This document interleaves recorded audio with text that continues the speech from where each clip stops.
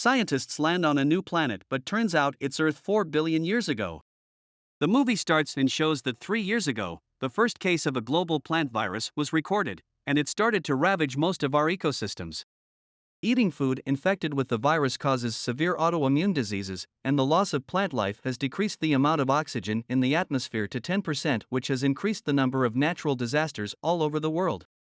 The only hope left is Project Gemini, developed by Dr. Stephen around 2 ancient alien artifacts discovered by paleontologists who are sure the objects are 4 billion years old before there was any kind of life on Earth. The sphere is for creating life and works thanks to dozens of commands that the team has finally finished decoding. It's also proof that life on Earth was created by aliens. A team consisting of both doctors and military pilots will be traveling to create Earth 2.0 with the sphere in the solar system TESS, which is several hundred light-years from here. Using the alien engine technology, the ship opens a warping portal that allows them to jump across the universe. To everyone's shock, they suddenly see a frozen Peter floating outside. Dr. David thinks Peter ended things because he couldn't live with his mistake, but Dr. Leona refuses to believe it because she's known Peter for 8 years and he wasn't that kind of guy. Now that the mission is over, he's feeling useless again, but Stephen promises him they'll find a solution. At that moment, the ship comes across a planet made of volcanic rock. Stephen thinks it's the perfect alternative to carry on their plan and is eager to land, but Captain Ryan stops him, pointing out they haven't done a proper examination of the planet yet, so Stephen is recklessly risking the safety of the crew. As the shuttle hits the ground, the crew passes out and Stephen dreams of the time he gifted Amy a bracelet made with a particular part of the old sphere, trying to connect the two most important things to him. Then they return to the shuttle to begin collecting data, but Ryan interrupts their work to announce martial law is in effect in the station. It's a video of Peter recording himself while he inspects the sphere so he can't be accused of mistakes later. The camera can't capture the shape of this creature, but Richard explains he's checked all the footage and that the alien has been with them since they left Earth because it traveled inside the sphere like the Trojan horse. It probably caused the failure during the jump, but it's not on the mothership anymore, it's gone down to the planet with the shuttle. Richard can track it because the alien causes interference in the electromagnetic field, explaining the bad recording. The discussion's suddenly interrupted by David, who is noticing something weird on the system. The sphere is running a different program than the one they uploaded. Stephen wants to go back to the sphere, but Ryan stops him, reminding him that he won't allow him to lead anymore and accusing him of keeping secrets. Ryan reveals Richard has also found footage of Stephen seeing that weird shape back on Earth months ago, so he knew there was potential for a threat and yet he told nobody, meaning Peter's death is his fault. After Stephen grabs a piece of the sphere to take with him, both men begin running away, noticing the creature's getting closer because of its shadows and the noises it makes. They finally get a full view of it when they leave the cave, but before the creature can attack them, they manage to get back into the shuttle and shut the airlock. Suddenly, the computer raises an alarm to let the crew know the module's integrity has been compromised. It's Frank, who informs her the alien has made a hole in the low deck and now is in the lander. This means the alien is here, so Frank pushes Leona out of the room, and as she runs down the corridor, she can hear Frank's screams while the alien kills him.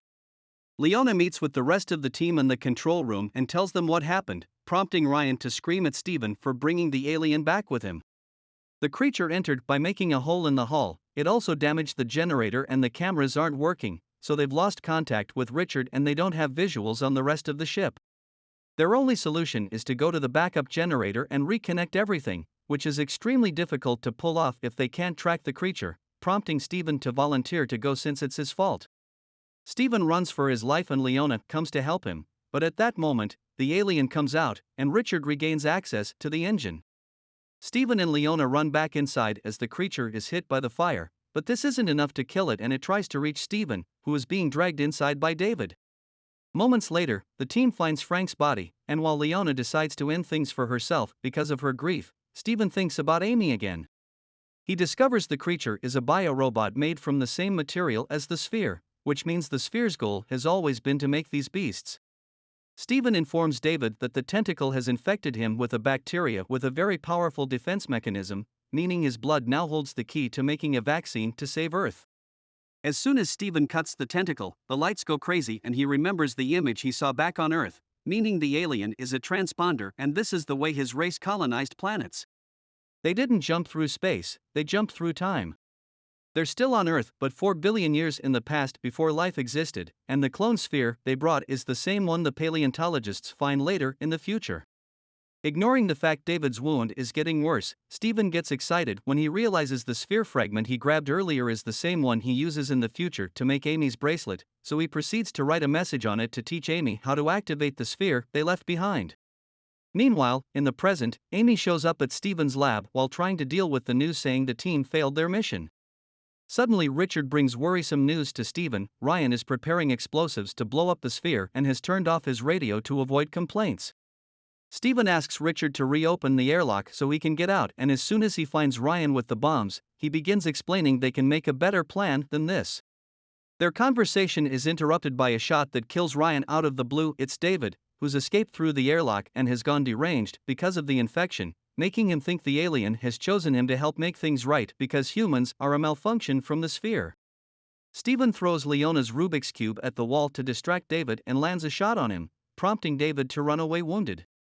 Afterwards, Stephen activates the bomb before going outside to shoot a flare to get the alien's attention. Stephen makes it chase him to the control room and locks it up there, but as he runs down the corridor, David opens fire on him and pushes him into hiding. The alien chases Stephen as he begins to run away, and when he makes it back to the control room, he bumps into David, who tries to kill him. His actions are stopped by the alien showing up and killing him first, giving Stephen the chance to run out of the shuttle right before the bomb finally explodes and kills the beast. Stephen passes out outside for a few seconds and is woken up by Richard trying to contact anyone alive. Richard wants to come to save him, but the storm is too strong and Stephen tells him to stay back while he returns to the cave to use the sphere. Meanwhile, in the present, Amy finds her bracelet again and finally notices the message, so she uses it to activate the sphere as well. At that moment, husband and wife meet again in a fusion of past and present, and Stephen hurries to share the formula for the vaccine before expressing his love right as the connection ends. Stephen dies in the cave because of the lack of oxygen and Amy cries when she understands she's a widow now. Many months later, Amy is raising a very healthy baby thanks to the vaccine that is now helping the Earth to become a better place.